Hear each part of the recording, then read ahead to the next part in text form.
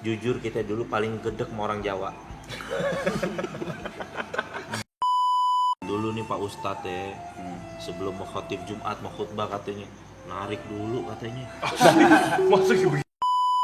Combo paling the best udah nyabu mau paket malam udah. Yeay.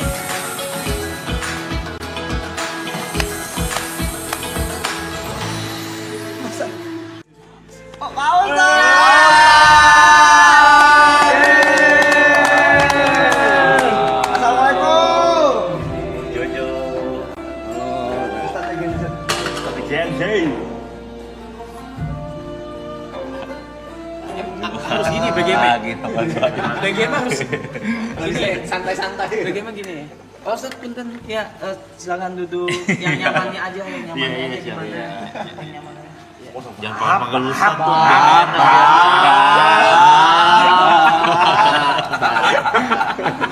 Nggak panggil Ustaz, kalau gitu panggilnya apa? Coy? Salah, jangan Coy. Bro, pakai biasa aja pakai Jo aja, Bos. Jujur. Jangan ah. Nggak enak, masa gitu Jo. Jangan langsung. Namanya nyaman begitu. Jangan. Apa kabar, Jo? Kita dulu anak warnet juga, Kak. Woi. Anak warnet. Main game apa, Jo? Jangan semua lu Orang tuh jangan masih muda. Empo Sadan sih udah kita jajahin. Let's go. Dota, anak Dota. Wih, anak Dota. Oke. Dari tahun 2007 sampai terakhir Covid tuh Dota tuh. Dota. Angkatannya Ritter. Bener. Lakuci. Salahin. Wuis. Jangan disalah-salahin. Koala masih Lakuci, Ritter, Koala, Bahamut. Bamut. Ombing. Iya, SCN Jojo. CN. Angkatan Jo. Jo. Apapun lah, Sebas. Wah, seangkatan. Iya bener. Jadi udah hidup di warnet lah kita dulu lah. Berarti sama udah lah pernah ya. kena eco tuh ya? Bener, kena Iya, Eco. iya. Rame ngumpul deh, Iya. dibubarin pakai Eco. Saking dek. Eco selam ya. Eco selam. Saking dek. Koala coach saya Pak Ustad. Oh gitu ya? Iya. Koala. Terus sampai main-main di mall-mall begitu gue ngikutin tuh. WCG. Bener. Oh, WCG. Bener, ada. Bener. Tapi kita pernah ini tahu Pak Ustadz pernah pipi sampingan lu pas di mall. Lu inget? Oh iya, yang Iya. hidrokoko kan? Iya. Iya kemarin. Kok memorimu pipi sampingan agak aneh sih. Agak aneh sih. Memori pipi sampingan kuliner. Memori. Warnet cuman nggak main Dota. Main apaan kok? Dulu zaman main online Nexia. dulu Oh mainnya, iya. CS. lebih tua lagi tuh. Gua lagi. Dota 1. RO. Gaul. Nero gua malah nggak main tat. Iya. Enggak. RO after Nexia. After Nexia. Pokoknya dulu udah combo paling the best udah nyabu mau paket malam udah. Salah dengar ya, gimana sih? Gua mau pakai malam. Ya emang gimana kita dulu sama kayak maksudnya hidupnya kan. Cara nyapunya gimana? Nyapu sambil paket malam. Iya, bener. Nyapu ya. Nyarapan bubur, Nyarap bubur. Kan sampai jam 6 lah. Wah. Jadi paket malam, Langsung happy hour, nyabu. Langsung pakai langsung nyari bubur, sarapan. Masa Bang Ustad kita yang sapuin sih? Segala Ustaz disapu sih. Ribet banget. Bahaya banget.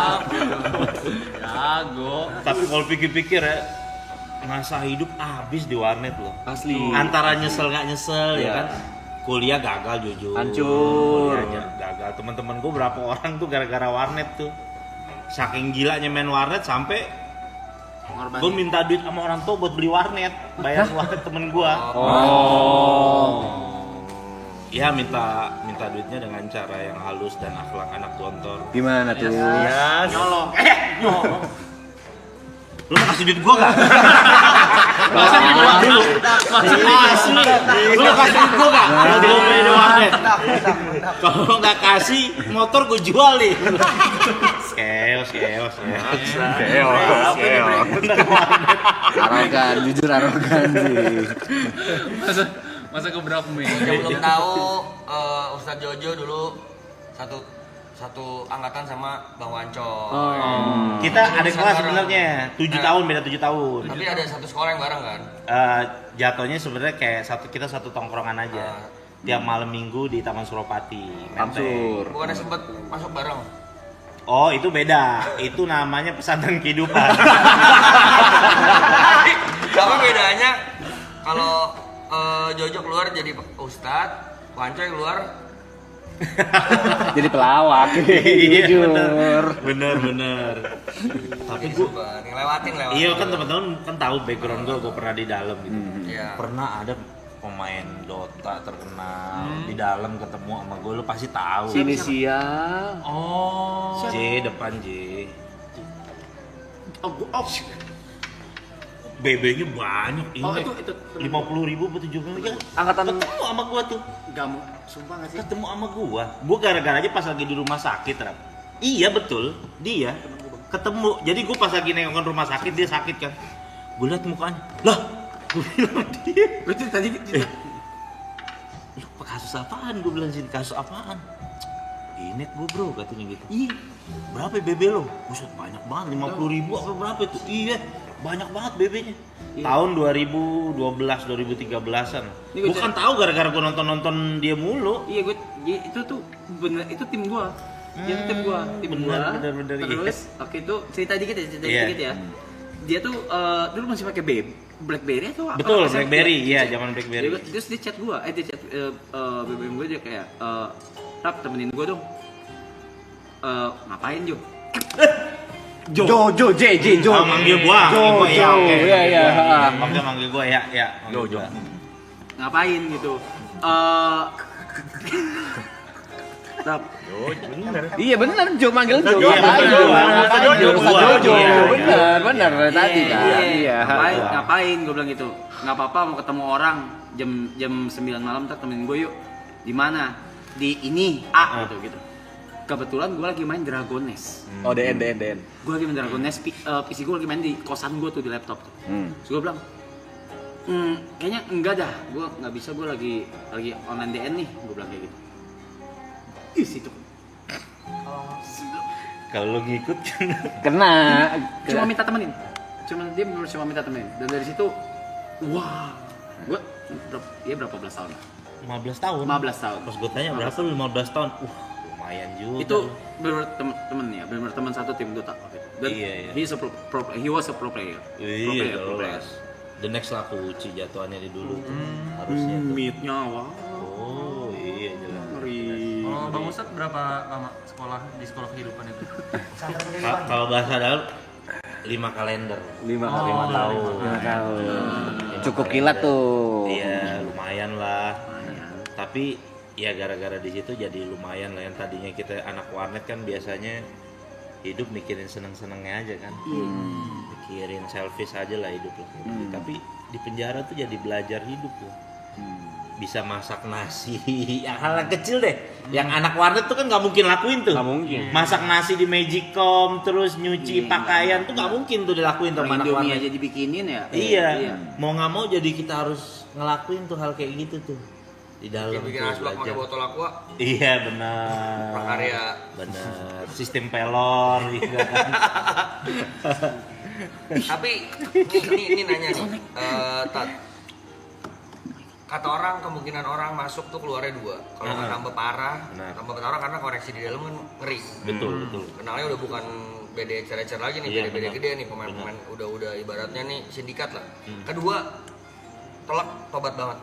Apa momen waktu Yang nge-twist. yang ngetus di apakah ada hidayah? Soalnya sih, iya, lanjut deh. Nggak jadi deh gue, nggak jadi cerita. Sebenarnya sama. Gue tuh masih suka sering nontonin Aloy, lo, Niko, semua Arab, apalagi nge-DJ. Jujur gue dulu cita-cita gue jadi DJ. Cita-cita gue makanya gue suka nonton Picong, gue bilang cita-cita gue dulu. Jujur. Dulu kan kita mainnya stadium mulu kan. Kota, stadium jujur. Kenapa pakai kita sih? Iya. Iya. Saya yakin pernah ketemu kok.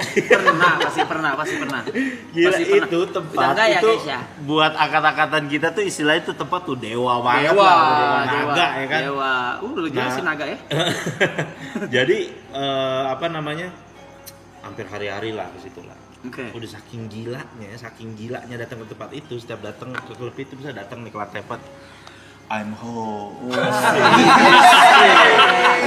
gila, udah stres Jujur, udah, iya. udah gila, udah Gila, kesetanan, udah Jujur. udah kesetanan, udah kayak udah saking begitunya tuh. Nyaman tuh ya. Home, kayak begitu. I'm home. Iya, jadi kayak merasa itu surga hidup gua di situ. Tempat nyamannya ini. Iya. Tapi emang stadium ada satu keunikan. Dia doang yang FDC bisa tukerin es kopi. Iya benar. Maksudnya gimana sih? Oh. Biasa kan FDC tukerinnya kalau air mineral, soft drink, Coca-Cola, Fanta, Sprite. Cuman stadium ada tukerin es kopi. Oke, kalau gitu kita nggak usah lama-lama, kita welcoming DJ Jojo. Langsung kayak switching lah. Kagak diujang. Belum latihan. Iya. Cita-cita aja dulu. Udah beda fokus. Pasti anak itu dia. Tiba-tiba Beda fokus. nyebreng Ustadz ke DJ. Udah keburu ke pesantren dong. Iya, nah akhirnya udahlah. Gue banyak ngeliat kehidupan orang tuh kayak gue ngerasa. Sebenarnya dari sebelum masuk aja gue udah ngerasa capek sama kehidupan kayak gitu. Jujur capek. Walaupun kelihatannya udah ketemu teman-teman lagi nih, udah pakai sepatu udah lo buru-buru, wah girang segala macem. Basiannya jujur. Karena siklusnya gitu baper. terus. Siklusnya gitu. Bener, Siklusnya bener. gitu tuh. Makanya gue mau bilang lo tim Triple A Clan nih, ke orang pada nginang-nginap segala macem, gue kayak ngeliat masa lalu gue aja emang. Maksudnya kayak nanti suatu saat nih orang pasti mungkin sekarang pun udah ada dalam hatinya, enough, gue sebenarnya capek gitu, udah pasti tuh. Yakin banget masih gua. miskin. Jadinya kerja. Makanya gue yakin banget pasti. Makanya gue bilang ya gimana sih kalau kalian mau ngejudge orang tuh kalian nggak tahu dunia ini gimana ya. Iya soalnya kalau orang yang lagi seneng sesuatu kayak dulu, saking seneng sesuatunya kayak gue tuh sama Inek saking ediknya gitu. Istilahnya enak banget tuh disebut. Luna Maya di dia depan udah ngejalanin. gue suruh 5 huruf cabut loh. Luna Maya mau meluk-meluk gue dulu standar cewek cantik tuh Luna Maya. Sampai dia sama Cangcuter kan dinyanyiin kan. Lacu. Iya kan, iya kan Luna Maya. Pokoknya sampai Luna Maya di depan gue nih, ayo dong aku mau dance sama kamu, 5 huruf cabut loh. Masih bilang begitu tuh, saking enaknya Inek tuh. Saking enaknya tuh kayak begitu. Untung gua nggak tahu gitu. Iya, saking kayak ngerasa tuh kayaknya nggak ada deh yang lebih enak dari itu, kayaknya nggak ada gitu. Nah sampai kayak kalau teman-teman dulu gue kadang-kadang suka mainnya di selatan, suka main di selatan. Kayak Nah, iya, mental. dulu zaman-zaman tipsy di Brexit ya sekarang namanya.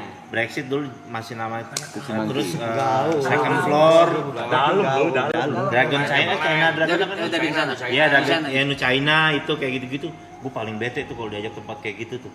Nggak masuk Maksudnya ya? kayak minum-minum kayak gitu gue bilang, ayo dong, pusatnya aja langsung gitu langsung. Ayo dong, udah pemanasannya jangan lama-lama.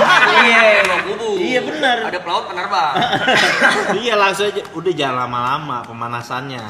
Dia bilang udah buruan deh, gitu ke pusat aja langsung nih. Udah kayak begitu. Tapi sampai akhirnya ya udah. Sehari sebelum gue ketangkep tuh udah rintihan hati gue udah sering tuh hari-hari tuh udah ngerasa udah bilang kuring.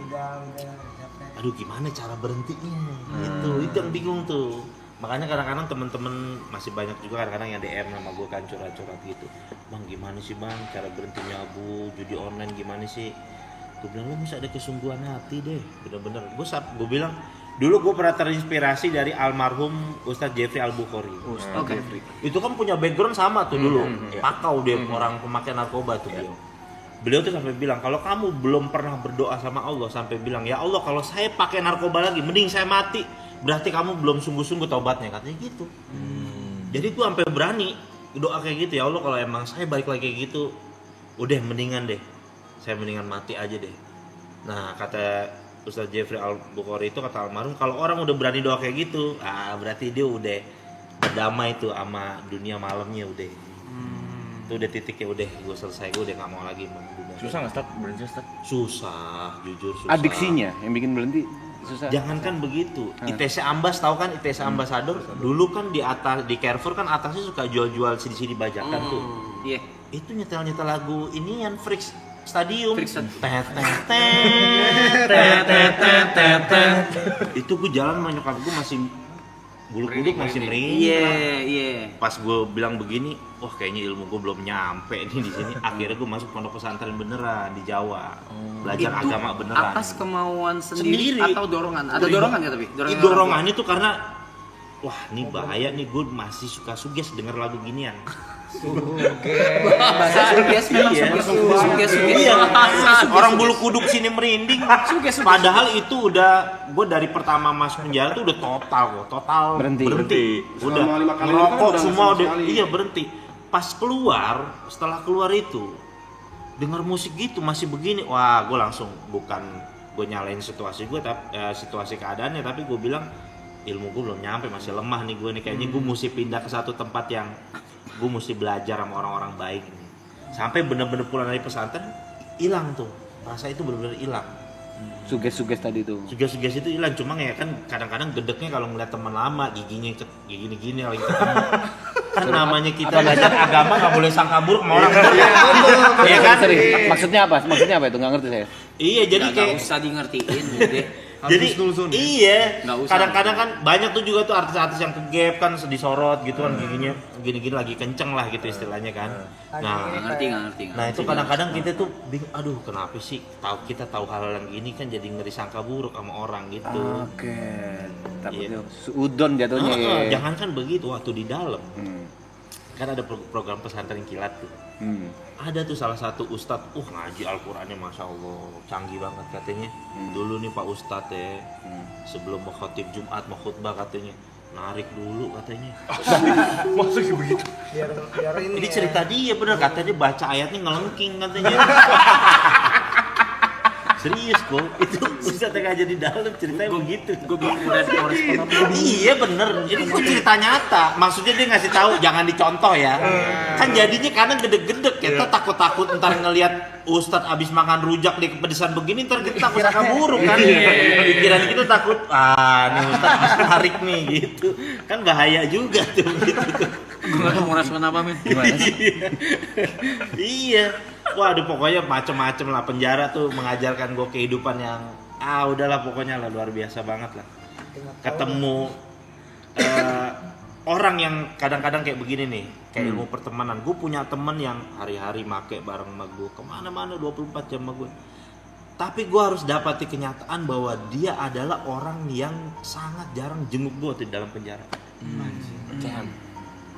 Tapi justru temen-temen yang enggak gue sangka gitu, anak-anak yang enggak pakai narkoba, temen gue yang anak-anak sport gitu, Malah kayak yang gitu. jenguk. Malah dia yang care sama gue, dateng kirimin gue uang kan, tuh kayak ngajarin gue kehidupan begitu, bahwa terkadang lu punya temen yang satu frekuensi gitu kan, Tapi belum ternyata nggak tentu dia care. sebenarnya tuh temen lu yang sejati gitu. Baik, makanya kan sahabat Nabi kan Sayyidina Ali kan pernah ditanya, wahai Ali bin Abi Thalib, kayak kamu teman kamu banyak, berapa sih jumlah teman kamu? Saking banyaknya gitu kan, kadang-kadang kan orang kan Masya Allah terkenal gitu kan, banyak temannya.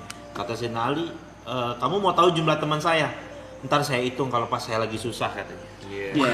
Lagi sakit atau lagi dalam keadaan seperti itu lagi ya. kena musibah, lagi sakit, ntar saya hitung teman saya itu jumlah teman saya yang sebenarnya katanya gitu. Jadi ngajarin gue kehidupan lah, banyak penjara kayak gitu, mulai dari pertemanan, jangankan gitu dalam hal suami istri aja, kadang ada istri yang udah punya anak berapa, kadang dia ninggalin suaminya malah ngejenguk napi lain kayak gitu. Banyak. Ada banyak kayak begitu, ada yang kayak begitu, jadi dia malah jenguk napi lain, akhirnya dia harus nonton gitu dari jeruji istrinya ngebesuk napi lain gitu. Ada yang anaknya baru lahir, masih bayi, masih merah, tiba-tiba dibawa nih sama istrinya, masih di rumah sakit, dari jeruji diginiin doang masih merah mukanya. Jadi gue nangis ngeliat, wah gila sebenarnya kehidupan keras juga ya gitu. Karena gue selama ini kan mikirnya hidup happy aja, hedon aja. Gimana ceritanya tiap malam bisa berangkat, itu aja udah otak udah. Iya kan? Jadi pikirnya gimana sih sebenarnya hidup? Nah di penjara lah tuh banyak belajar hidup lah, tentang kehidupan. Bercandaan berapa tahun? Stop. Kecanduan. Ini nggak nyandu. Enggak memakai kayak gitu. Nah, sabut. permasalahannya kita ngikut ada jenjang karirnya nih. Nyobain nyandu jualan. Itu masalahnya. Ngecer dulu. Iya. Ngecer dulu. Ngecer dulu. Sampai dulu. Jadi kan kalau karir edep kan gue duluan baru Wanco itu kan. Ini gue, ini nih, apa sih? Gue sama soalnya, jadi kalau suka keceplosan, sorry banget dah. Jadi kalau karir jualan kan gue duluan baru Wancoy gitu kan. Cuma BB banyakan dia Wancoy emang terlaluan juga tuh dia tuh. karir gue duluan. Cuma dulu ada di masa yang dimana sampai teman-teman gue aja tuh nggak mau ketemu gue. Karena gue mainnya dulu ke Kampung Ambon. Oh, lebih ngeri lu sih. Main sama gede-gedenya kayak gitu-gitu. Kamu Udah, apa ngeri? Gua mah nggak iya, bisa, sampai gua- kayak apa bilang kayak John lu udah keterlaluan lu, udah keterlaluan. Kan teman-teman gue manggil John kan, lu udah keterlaluan lu, udah lu. Wah, nggak ada yang mau ketemu gue waktu itu sampai teman-teman tuh. Kayaknya wah gila lu mau. Sekarang masih ada sih kamu apa deh? Masih nggak ada. Tapi dulu parah Ya. banget. Gue sekarang antar teman kan dulu gue masih bocah ya. Hah? Dan gue dong naik motor ya naik motor. Gue nungguin teman gue yang ngambil etep, dulu jaban etep. Depan gang anak kecil, naik sepeda berhenti. Bang, cimeng. Gue ditawarin cimeng sama anak kecil naik sepeda. Ibu-ibu lagi gendong anak. Cimeng, sabu. Enggak, Bu. Tapi sekarang nggak tahu ya, karena kan kemarin sempat ada berita ditabrak gede tuh ya. Iya benar. Ya mudah-mudahan deh kayak gitu-gitu deh. Tapi dulu sih emang Udah Bronx nggak ada Jakarta lagi. emang komplek Ambon. Makanya kadang-kadang juga Mabes. iya jadi pelajaran juga buat kita semua juga apalagi orang kadang-kadang kan kalau karirnya lagi naik diujinya sama yang Iya. begitu-begitu tuh. Dunia. Kayak gitu. Udah dikasih baik rezeki yang baik-baik gitu kan. Yang tadinya nggak punya apa-apa, alhamdulillah bisa beli rumah, bisa beli mobil. Mulai kegoda lagi sama dunia-dunia gitu, ya kan? Karirnya ntar hilang kayak gitu, nggak mikir panjang. Bahkan kadang-kadang yang paling sedih sih ngelihat orang tua sih sampai kayak bahasa kamu tuh seperti ngelemparin tahi ke wajah orang tua kamu gitu kan. Jadi sampai kayak bahasanya kayak gitu loh, kayak jadi anak tuh jadi kayak ngerasa gak guna banget dah kayaknya hidup gua dah gitu, sampai kayak ada rasa hopeless juga. Tapi ya akhirnya gue di dalam malah untung ikut jalurnya gue belajar agama karena gue dari dulu paling alergi sama agama gitu maksudnya. Kayak gue nyari kedamaian tuh di mana ya gitu gue mikir-mikir. Ya emang enak nih ini datang ke diskotik nyabu kayak gitu. Tapi kan kalau udah basian nih baper pusing mikirinnya, duit kadang habis. Ya kan? Terus jadi sebenarnya gimana sih hidup yang damai? Apalagi gue hidup di daerah Manggarai tuh. Yang tawuran mulu notabene. Iya lagi. Saking seringnya tawuran, Manggarai itu penggambarannya tau nggak apa? Jadi kalau habis tawuran nih, udah selesai nih pas mau balik ke kampung kita masing-masing, tuh ibu-ibu udah nyiapin nutrisari es tuh. Ayo minum dulu. support ibunya. Ibu-ibunya pos 5 jatuhnya. Ibu-ibunya kan pos 5 ibu-ibunya. Naruh support deh. buka hutan, Bezel ya. Masih langsung. Iya, CM oke sih. Belum usaha dia. Kan kocak tuh kan orang tawuran bukan dinasihatin sebagai orang tua. Disupport. Malah jadi pos 5 dia. Wah, gak beres. Tapi tanya kan pertama kali masuk hari pertama nggak mungkin langsung ke Iya. agama kan? Di dalam itu apa ya? Ada shock terapi. Maksudnya di titik apa kayak akhirnya mau belajar agama waktu pertama kali dalam 5 tahun pertama itu? Awal dulu masuk deh nih ya. Jadi kalau orang baru masuk penjara itu ada shock terapinya biasa dari Palkam kan, Alkamar kan. Jadi waktu itu kita pakai celana boxer nih. Pakai celana boxer bener-bener kan masuk nggak boleh pakai celana panjang sama sarung, sering dipakai buat bunuh diri kan orang di penjara tuh kan. Ya kan. Oh, kita masuk tuh. Pas masuk ke dalam sama Palkamnya di teror gue 3 orang. Buka lu celana lu katanya gitu. Wah, dulu kalau dengar orang di penjara sering dimonon, ini kali ya. Ini momennya nih. Ini datang. Buka celana lu begitu. Gue bilang, "Bang, ayo Bang berantem sampai mati deh." Gue balik badan begini. Boleh juga nyali lo kata Palkam gini. Berantem aja deh Bang, daripada lu harus beginiin gua dah. Gue bilang, "Kenapa nih? Gua harus apa nih? Ya kan buat adat istiadat penjara gua harus gimana nih?"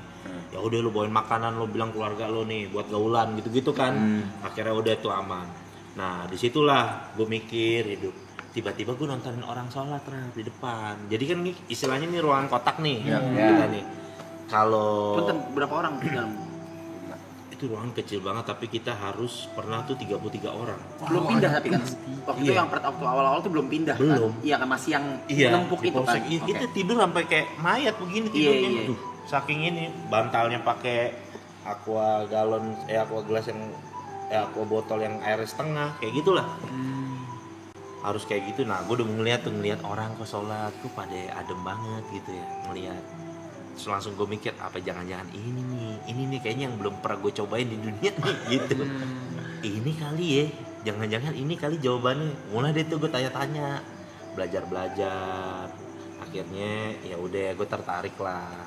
Mulai dari situ gue belajar agama, fokus dan gue benar-benar berusaha untuk ninggalin hal itu. Tapi ya ujiannya berat. Gue malah ditempatin di blok tuh yang baru masuk blok pas masuk rutan Salemba aja.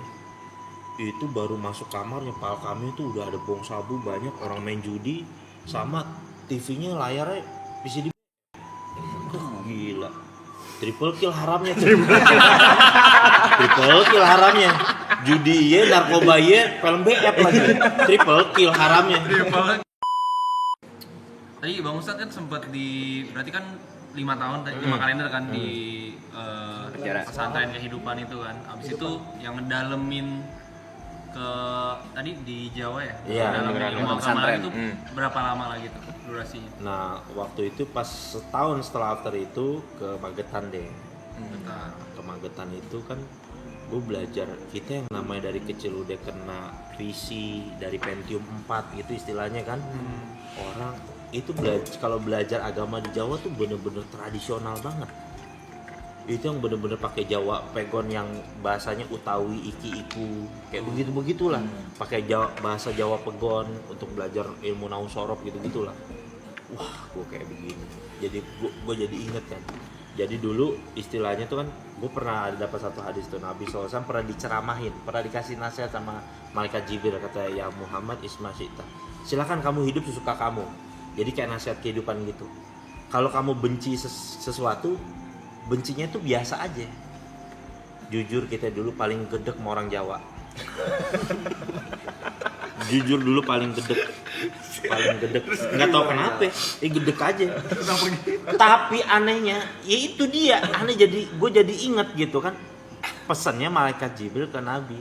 Kenapa? Karena terkadang sesuatu yang kamu benci berlebihan gitu, malah justru kadang-kadang kamu ditakdirkan akan berurusan dengan yang kamu benci itu. Begitu. Jadi gue jadi malah demen sama bahasa Jawa. Jadi belajar gue bahasa Jawa, gue ke pasar gitu misalkan belajar bahasa Jawa, jadi demen gue bahasa Jawa. Wah unik juga Gue ada bilang relate ilmu tuh, temen gue ada yang relate yang kayak gitu. Iya kan? Dia benci sama sesuatu beberapa hal, tapi jika temuin dia sama hal-hal itu, Iya kan aneh kan. akhirnya dia belajar mau nggak mau gitu. Ada teman gue di sini kok ada. Ada kok emang gitu bang. Iya kayak begitu ya. Waduh kehidupan tuh kayak gitu. Jadi sekarang tuh kalau sekedar benci ya udah cukup disimpan aja, nggak suka sama orang ya udah. Kenapa sih pegel-pegelin hati aja nyimpen benci sama orang gitu kan. Kalau misalkan benci sama orang bisa berubah jadi Bitcoin enak ya. Iya Masuk. Ini nggak jadi apa-apaan, hati jadi sempit, hidup nggak enak, nggak tenang. Dapat duit juga kagak. Ngapain hidup benci sama orang ya kan? Betul. Iya. Slow aja kita hidup, ya kan? Dan Saknya anjing. enggak ada urusannya sama masalah ini. Nggak ada emang gue mau. Kenapa kau bangsat Ya enggak, gue takut kalau ngomong. Enggak, aku cuma ngomong nanya aja. Apa Ustaz ya? Iya. Subuh Enggak mas, orang-orang gue biasa nonton kalian kok jadi ya kayak gini-gini. Kan udah belajar nih agama. Cara konsisten atau istiqomahnya itu gimana, Tat? Maksudnya kan di titik ini Pak Ustadz mungkin ada beberapa godaan-godaan lagi kan. Dengan mungkin sekarang di titik ini udah bisa beli ini beli itu bla bla bla. Cara untuk istiqomah atau konsisten di agamanya itu bagaimana supaya nggak kegoda lagi? Ini bab yang paling beratnya di sini. Bab Bab paling berat ini. Ini yang paling beratnya ini.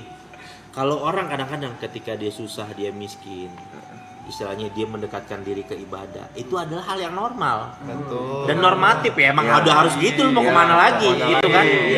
Ya kan, ya lo harus, ya emang lo harus gitu, lu mau kemana lagi, udah mentok nih lo. Ujung-ujungnya ya keluarga lagi yang bakal nerima kita gitu istilahnya lah. Kalau teman-teman kita udah nggak mau nerima kita, keluarga lagi gitu kan menerima kita. Nah, untuk bisa menjaga kayak begitu, itu diperlukan circle yang bisa support kita tuh.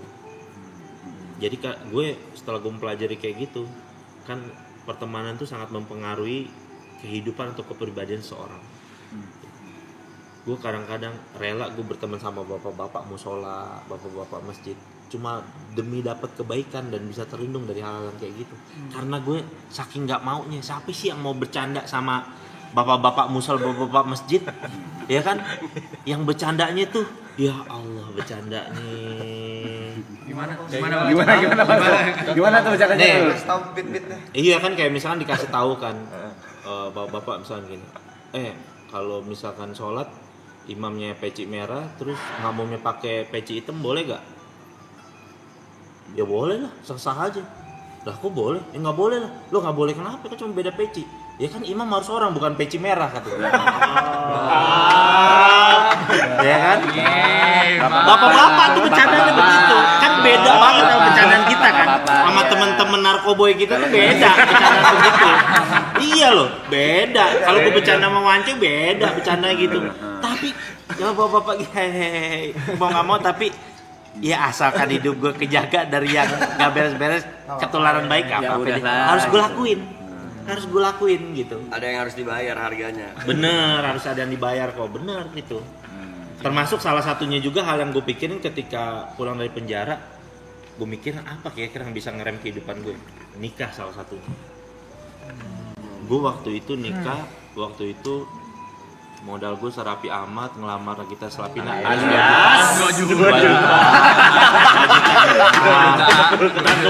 ngundang tetangga makan ngundang tetangga udah kasih mahar 1 juta, ngundang makan tetangga udah jadi itu nikah tuh. Karena gue mikir apaan yang bisa ngelindungin gue biar gue ini istilahnya ntar kalau diajakin wawancara, John ketemu ya John, aduh nggak bisa bini gue gitu. Nah ada iniannya tuh, ada kartunya yang kita bisa mainin, seenggaknya begitu tuh, jurus-jurus itu tuh yang bisa dipakai tuh. Jadi kayak begitu. Tapi tuh nyari jodohnya lama? Enggak lama sih. Nah uniknya tuh gue udah kenal sama istri gue tuh di dalam penjara. Jadi istri gua itu dia Tadi ya, orang tadi apa yang visitin itu? Jenguk napi lain. Iya, jadi ada salah satu saudaranya dia. Salah satu saudaranya dia di rumah sakit itu.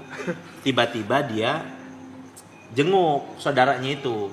Dan gue ketemu di situ. Akhirnya gue ketemu sama orang tuanya, gue bilang dengan PD-nya gue status as a napi gitu kan, bilang gue pulang nih mau nikah, mau nggak anak lu ntar gue nikahin. Iya alhamdulillah, percaya aja gitu. Ya percaya aja, padahal kan orang yang harusnya mikir kan, lu begel lu napi gitu kan, siapa sih orang tua yang mau nikahin anak yang menapi gitu loh, logikanya kan begitu tuh. Tapi ya emang gue nggak punya siapa-siapa, tapi gue punya Allah gitu aja. Gue berdoa ya Allah tolong deh. Ini salah satu-satunya juga cara yang biar gue nggak balik lagi sama dunia gue yang dulu. Gimana ceritanya? Biar kata gitu, ada juga teman gue masih tuh ngajakin gue tuh. Gue lagi mau ceramah di masjid pakaian kayak gini, telepon. Assalamualaikum, John, posisi di mana John? Gue lagi di Masjid Darussalam, gue ingat nama masjidnya tuh waktu itu di daerah Kuningan. Gue lagi di masjid ini. Malam ini gue ultah, please ke tipsi katanya. Ntar lu gue bilang nih, kita pindah ke video call. Yang pertama lo lihat pakaian gue, yang kedua lihat posisi gue masjid, gue bilang. Ya kan? Ini dua dulu nih, gue kasih tahu lo dulu, jangan gue bicara panjang nih. Kita ganti video call ya kak. Lo lihat pakaian gue satu, yang kedua gue di masjid nih. Oke. Please, kata dia, please, lo minum Coca-Cola aja. Gue pesenin, nggak apa-apa. Ada kok makanan gitu segala macam. Gue bilang, thank you, gue bilang, enough, gue udah. Gue bilang, gue ucapin lo sampai ulang tahun, gue doain lo bahagia di akhirat, panjang umur. Ya udahlah John, nggak apa-apa, itu pilihan hidup lo. Ya akhirnya ngerti juga. Kemauan diri sendiri sih. Iya. Kemauan diri sendiri. Kok udah benar-benar udah mentok sih, kok udah aduh capek. Zaman-zaman kita dulu lagi terjerat gitu-gituan kan mau dibilangin orang tua juga Iya. nggak masuk tuh. Tapi sejujurnya hal itu nggak gue sesali kok. Iya. Nggak gue sesali gitu, nggak gue sesali. Jadi itu jadi momen kadang ya gue jadi ngerti kehidupan gara-gara itu loh. Iya, sekarang pun masih bisa gue ceritain ya. Iya kan? Masih bisa diceritain. Iya, itu jadi momen kita jadi belajar tentang kehidupan. Tapi ada satu momen yang paling ngerubah kehidupan gue secara drastis sekali pas di awal. Jadi gue dulu punya cewek anak binus. Asik. Dia Kemanggisan. Iya, jadi kalau gue mau jemput dia, biasanya misalkan dia keluar jam 4. Nah, dari jam 12 gue di Empo tuh. 3 game dulu ya kan, main 3 game, dia keluar, baru deh itu kita jalan nonton dia. Jadi dulu ceritanya gue cinta banget sama dia nih. Asik. Ceritanya gitu, cinta banget. Yang bikin cinta sama nih perempuan, dia ngomong apaan aja, gue apa nurut. Itu yang bikin laki-laki payah kan sama perempuan tuh. Betul. Nurut, dibilangin apaan aja, nggak pernah ngebantah gitu. Jadi tuh kayaknya cinta banget gitu sama dia. Dalam banget cinta gue sama dia. Sampai akhirnya gue masuk penjara kan. Gue masuk penjara, dia sedih nangis. Terus gue nggak kasih tau, gue divonis nih penjara. Gue nggak cerita sama dia. Gue nggak cerita sama dia kalau gue divonis 5 tahun. Karena gue nggak mau tahu, kalau tahu dia pasti ninggalin gue nih. Oh. Ya realistis aja ya kan. Yang suami istri aja banyak yang ninggalin gitu kan. Gimana gue baru pacaran. Akhirnya pas di 7 bulan lah, sekitar gue baru jalanin 7 bulan, tiba-tiba dia datang jenguk gue, meluk gue, terus bilang nangis-nangis, gue udah gak kuat lagi buat jalan hubungan ini. Dia bilang gitu. Terus gue bilang, oh ya udah, gue nggak bisa maksa juga sih. Gue bilang, ya lo dari keluarga baik-baik, lo juga orang berpendidikan, ini terusin aja lah kehidupan lo. Kayaknya lo nggak punya masa depan lah sama gue lah gitu. Gue bilang begitu kan akhirnya. Setelah itu, setelah sekian lama, udah rahasia umum lah, orang napi bisa megang HP juga kan di dalam. Gue masih zaman Emang iya, Twitter. baru tahu lu. Dulu ya, sekarang udah bagus.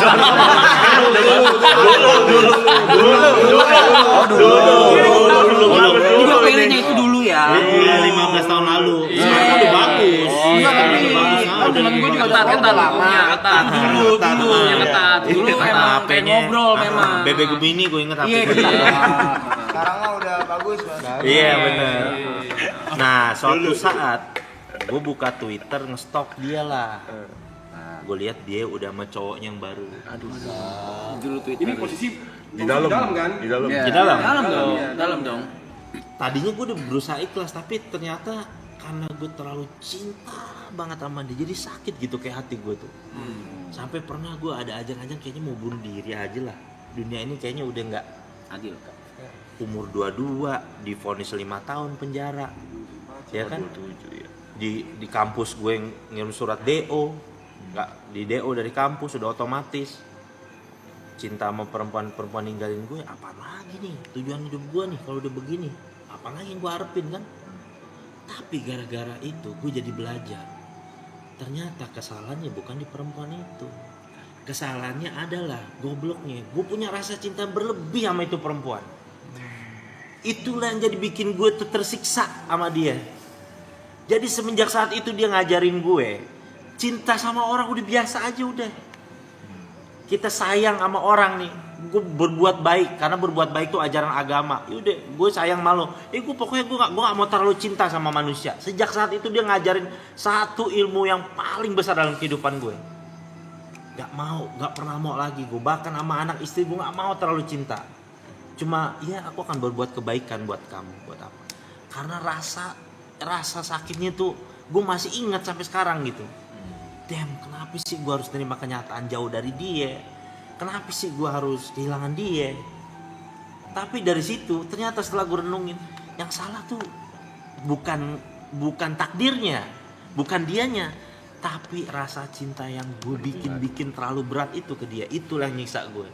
Jadi semakin rasa cinta gue gede ke wanita itu, semakin nyiksa kehidupan gue. Jadi sejak saat itu gue say thanks, gue bilang dalam hati gue doain dia terima kasih. Walaupun gue gak ketemu dia ya, gue doain dia terima kasih, lu ngajarin gue ilmu kehidupan yang menurut gue tuh sangat berarti buat hidup gue.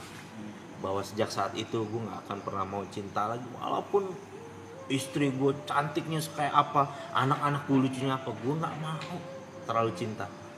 Bukan artinya nggak sayang, cintanya karena Allah, jadi gue kasih kebaikan aja cukup. Karena takut gue nanti kalau gue berpisah lagi seperti sebagaimana yang gue pernah iniin gitu, kejadian kayak gitu, nggak enak rasanya, hidup tuh tersiksa gue, kayak nggak punya semangat hidup, jadi kayak kesan kok cemen amat jadi laki-laki gitu, kayak gue goblok banget gue jadi laki-laki kok, tapi kan nggak bisa nyalain, nggak bisa dibikin-bikin. Gue pengen ngilangin perasaan ini nggak bisa gitu, gedeki gitu. Makanya kadang-kadang banyak orang tuh di dalam tuh yang kayak gitu ditinggal istri, mereka tuh sampai mau itu begitu, karena mereka bingung, gue mau ngilangin ini nggak bisa, gimana sih caranya gitu. Itu selama 7 bulan kan, itu baru ditinggalin setelah 7 bulan. Selama 7 bulan Ustadz bilang ke ceweknya apa? Kan dia pasti nanya kan berapa lama di dalam gitu. Nggak gue bilang, nggak gue jawab. Nggak gue jawab soal vonis gue. Alihin topik deh. Lain topik. Iya. Topik. Kamu berapa lama Udah makan? di penjara? Udah makan? Tapi cara ngontrol, Pak Ustadz, cara ngontrol cinta biar biasa aja gimana? Kan cinta nggak bisa dikontrol. Iya memang, tapi seenggaknya kita sering-sering berbuat kebaikan sama dia. Jadi artinya juga kita bisa tahu menahan diri bahwa kita itu, apalagi kita nih belum suami istri, kita kan ada kemungkinan berpisah karena nggak jodoh sama dia. Yang kedua ya macam-macam lah, berpisah karena pindah alam gitu, atau berpisah karena ada 1 dan 2 lain alasan yang nggak bisa kita bersama-sama. Jadi artinya itu ada sesuatu yang nggak bisa kita lewatin dalam kehidupan dunia ini yang dinamakan takdir. Makanya kan dalam Islam tuh kan ada rukun iman yang ke-6 kan, beriman kepada qada dan qadar, pada takdir baik dan takdir buruk. Jadi harus kita jalani gitu. Jadi ya udah, kalau memang kayak ada, abis itu ada teman gue perempuan, jadi bede deh, banyak barangnya. Terus dia kan udah punya suami. Karena gue udah tahu itu, ya gue dulu temen lama gue nasihatin dia dong. Wah, gue seneng banget katanya suami gue baik, perhatian banget sama gue. Gue dalam hati langsung gue gituin kok, langsung. Saran gue dari sekarang lo kurangin rasa cinta lo sama suami. Gue bilang dari sekarang lo kurangin. Kagak, alhamdulillah John, laki gue John baik banget, perhatian, mau nungguin gue segala macam. 7 bulan kemudian nikah lagi sama perempuan lain. dan dia sakit hati, akhirnya apa ya? Belok, jujur belok dia gara-gara gitu. Kan tapi kan gue bilang gue udah pengalaman nih yang soal kayak gini dari awal, mendingan udah lu kikis, bukan berarti artinya udah kita udahan aja, enggak.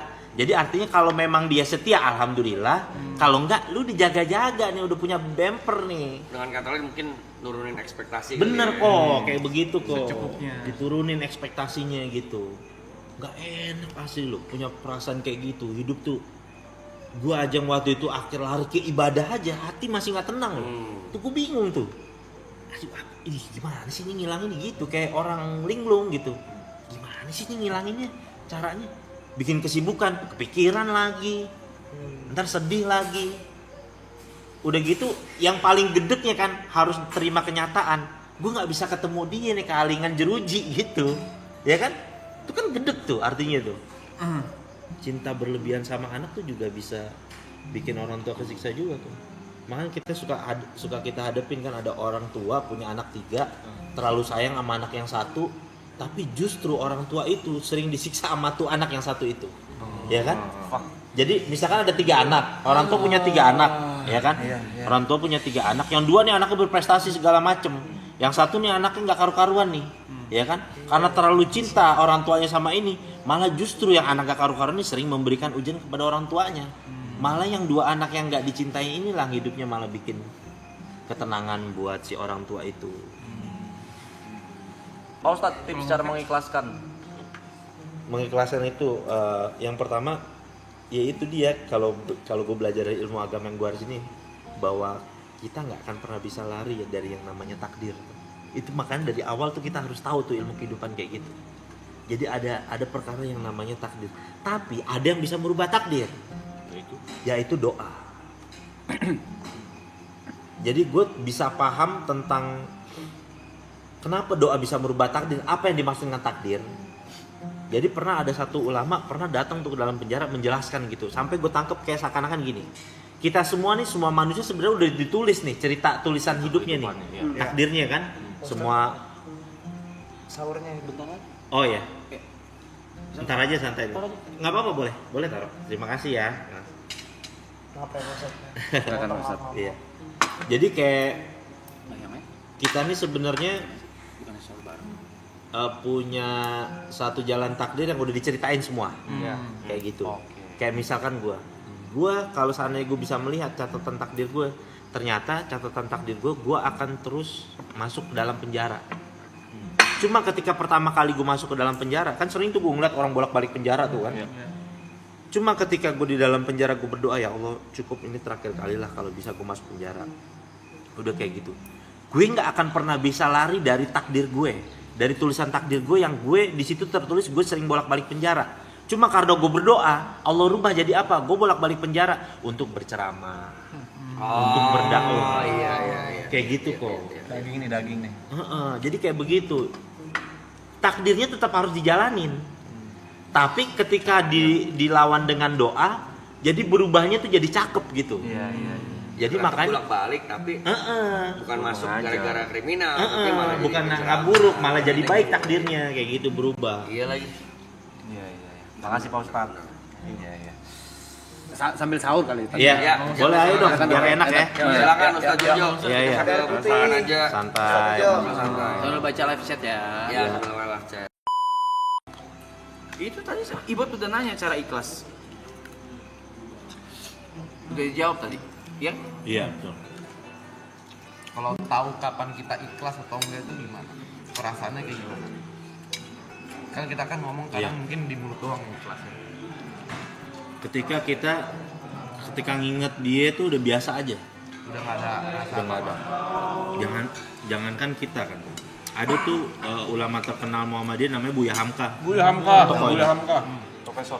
Beliau itu ketika istrinya meninggal dunia, itu setiap beliau ingat istrinya itu, beliau langsung sholat minta ampun sama Allah. Ya Allah maafin rasa cinta saya sama ini, maafin. Tapi kayak Buya Hamka tuh pengen ngasih tahu bahwa iya ini bukan mau saya, rasa cinta ini kan cinta tuh kan nggak bisa dibikin-bikin ya kan. Kita mau ngilangin juga nggak bisa, bukan mau saya. Makanya tuh Buya Hamka ngajarin gitu. Sholat Allah, saya cinta banget sama istri saya, tapi kehilangan istri saya tuh saya nggak mau sebenarnya begini, tapi gimana saya nggak ngerti gitu. Nyampe tak sholat? Hah? Nyampe sholatnya ke yang meninggal. Maksudnya doanya. Iya nyampe, Nyampe. pasti nyampe. Kan orang kalau udah meninggal dunia tuh semuanya terputus amal kebaikan kecuali 3 perkara. Sedekah jariah tuh kayak dia punya pakaian selama hidup di dunia, sedekahin ke orang. Selama orang itu pakai pakaian dia atas nama dia, itu pahalanya dapat terus orang meninggal dunia itu.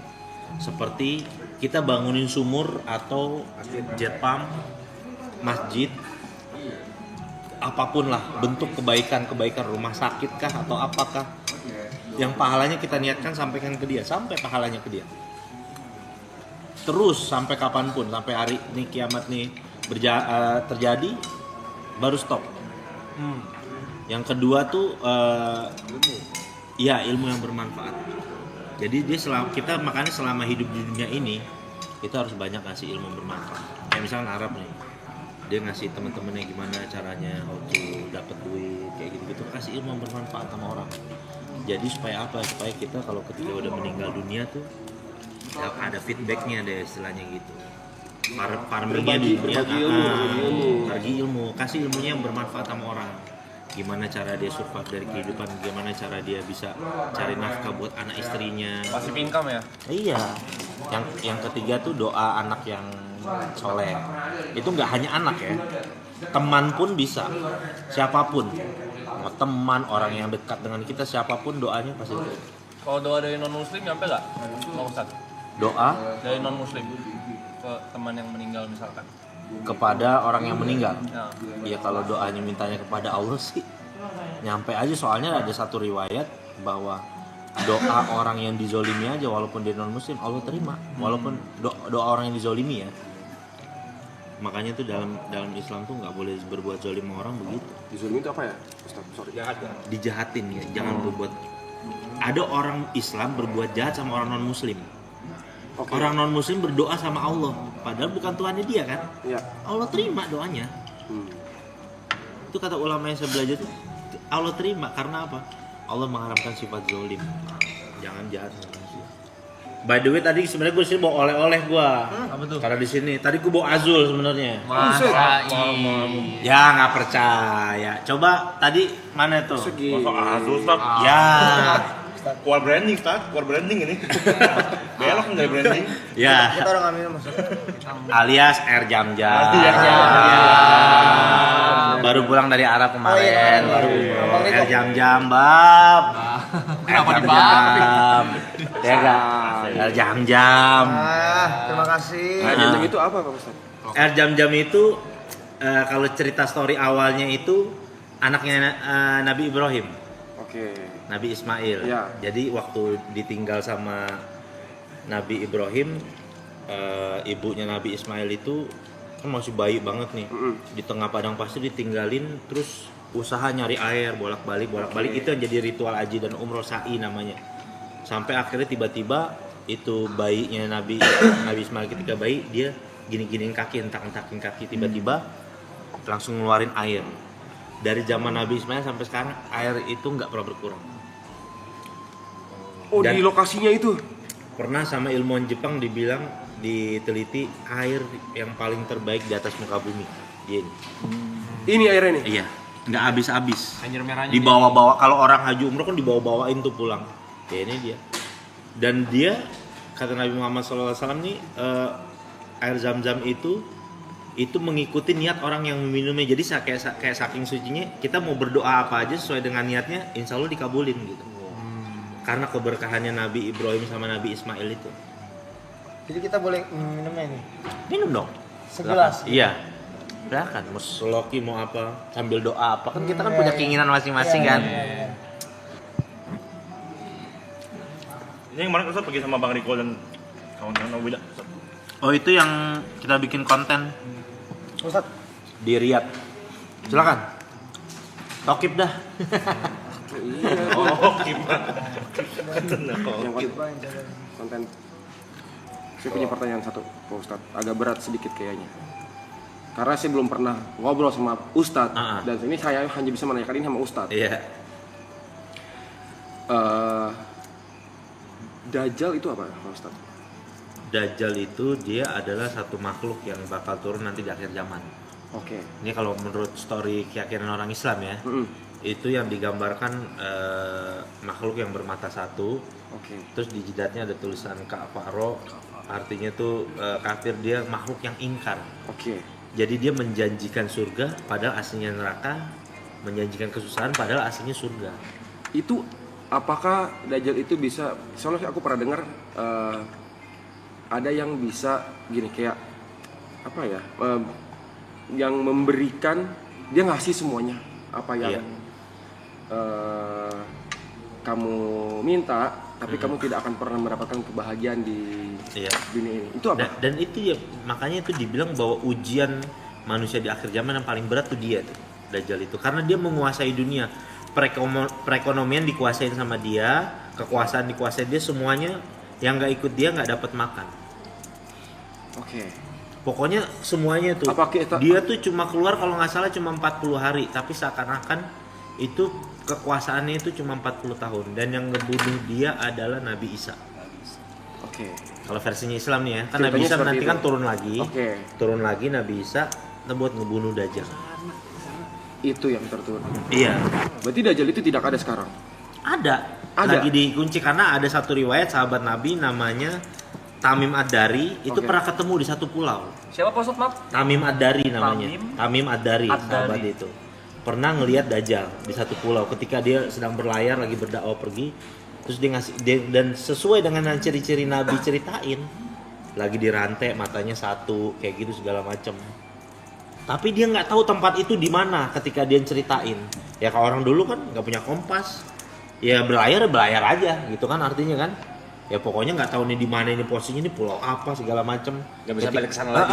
Ketika dia balik ke Mekah ceritain sama Nabi bilang iya. Itu ada namanya sahabat Tamim Ad-Dari, ceritain kayak gitu. Dajjal itu. Dan dia tuh dia pokoknya menjanjikan bahwa siapa nggak ikut gua, hidupnya bakal susah. Dan itu ujiannya sebenarnya. Oke. Apakah itu bisa terjadi pada manusia zaman sekarang? Kalau misalnya dia akan mendapatkan apa yang mereka minta, tapi tidak akan pernah mendapatkan kebahagiaan. Tapi alur ceritanya itu nanti ketika zamannya udah nggak ada listrik. Itu nanti. Udah nggak ada apa, iya. Jadi tidak terjadi sekarang. Belum terjadi sekarang, tapi kayak pengikut-pengikutnya itu udah mulai ada lah yang meyakini gitu. Dia kayak udah punya agent-agent gitulah yang buat jadi Atau pengikutnya mungkin dia. bentuknya nggak kayak gitu kali saat sekarang ya. Maksudnya Dajjal tuh bentuknya udah Ada beda. yang menganalogikan seperti itu. Tapi kalau versinya sahabat Nabi, dia beneran ngelihat makhluknya. Versinya sahabat Nabi ya, dia bener-bener ngelihat si Tamim Ad-Dari itu, ngelihat Dajjal itu. Ya kayak dia mungkin berubah bentuk biar karena mungkin kan beritanya Iya. di berita-berita sahabat Nabi kan bentuknya seperti ini. Iya, benar. Mungkin dia sekarang mengelabuinya nih dengan bentuk yang benar, lain bisa nih. jadi. Dengan menjadi simbol. Dia sampai pernah bikin satu atraksi itu nanti digambarinnya tuh di satu tempat perbatasan kota Madinah karena dia nggak bisa datang di dua tempat suci. Di Mekah Madinah nggak bisa masuk dia. Satu tempat itu. Nah dia bikin satu ini, ada anak muda dipanggil sama dia, dibelah tubuhnya jadi dua. Terus habis itu dihidupin lagi sama dia. Tuh kan, saya bisa mematikan kamu dan saya bisa ngidupin kamu. Percaya nggak kamu sekarang saya Tuhan? Karena sifatnya Tuhan bisa menghidupkan dan mematikan kan. Orang itu malah keyakinan bertambah. Justru saya malah yakin kalau kamu Dajjal, katanya gitu. Karena ini yang diceritakan tentang kabar kamu bahwa kamu bisa Melakukan itu. Iya, bisa melakukan ini sebenarnya ujian aja kayak gitu. Tergantung gimana kita menyikapinya tuh. Benar. Bentuknya gimana, apa yang gimana. Berarti bercanda-bercanda Dajjal lo ya, Dajjal tuh itu benernya tuh ya. Iya, tapi kata Nabi SAW ada yang lebih mengerikan lagi dari Dajjal fitnahnya. Apa tuh? An-Nisa, perempuan. Wah, banyak yang nggak paham konteksnya. Karena konteksnya kalau Dajjal itu udah jelas bentuknya. Kalau perempuan itu kadang masuknya halus dia. Bisa bikin kehidupan, kadang-kadang laki-laki itu bisa hancur. Oh, godaan perempuan. Fitnahnya. Fitnah. Oh. Kayak gimana bentuknya fitnah yang maksudnya kan? Ya, dia bentuknya tuh kayak termasuk salah satu itu kita mencintai perempuan itu secara berlebihan gitu. Dan si perempuan ini bukannya dia menyadari bahwa ini dia menjadi fitnah, enggak, dia pun nggak tahu kalau dia itu fitnah buat laki-laki itu. Oh. Dia tanpa sadar ya. Iya, berapa banyak kan orang, misalkan orang lagi karirnya lagi naik gitu, tiba-tiba kok deket sama perempuan ini, kok kayaknya apes mulu gitu ya. Ya kan, ada aja tuh kayak gitu kan. Kok apes mulu, kok kayaknya auranya nggak enak aja gitu. Nah itu yang dinamakan fitnah gitu. Begitu juga laki-laki juga bisa menjadi fitnah juga buat perempuan. Ada juga laki-laki juga yang menjadi fitnah buat perempuan ya. Begitu. Laki-laki yang membawa efek keburukan kepada kehidupan si wanita. Tidak dilakukannya wanita aja, tapi pria juga bisa. Iya, nggak cuma perempuan doang, laki-laki juga bisa. Gitu. Masa Dajjal? Dajjal. Terus ada yang ngomong jujur, Dajjal baca live chat kena mental. Dajjal pasti centang biru jokesnya. Masa di LL-in kena mental? Sederhana. Apa kan lupa, Dajjal tidak bisa apa, satu-satunya yang Dajjal tidak bisa yang kita pasti ngeh gitu loh. Apa ya, lupa gue. Yang nggak bisa dia lakuin. Nguing? Pos 5 lagi. Apa ya? Dia nggak bisa masuk Mekah Madinah itu yang pasti. Iya, nggak bisa masuk kota nggak itu. bisa Mekah Madinah. Iya. Punten, Oke. teman-teman, ini udah jam 4, udah mau lewat 10. Jadi sebentar lagi imsak, belum sholat juga, Ustadz terus segala. Jadi kita akhiri session sama Pak Ustadz Jojo ya. Karena kan waktu ya, karena kan kita mah pengen ngobrol. Benar. Ya udah kita matiin live, bisa kita nggak bercanda. Tapi Pak Ustadz, Bang Beca atasnya kosong, tidur sini aja. ada keluarga, iya. Nah ini untuk Dajjalnya. Dajjal mungkin ini.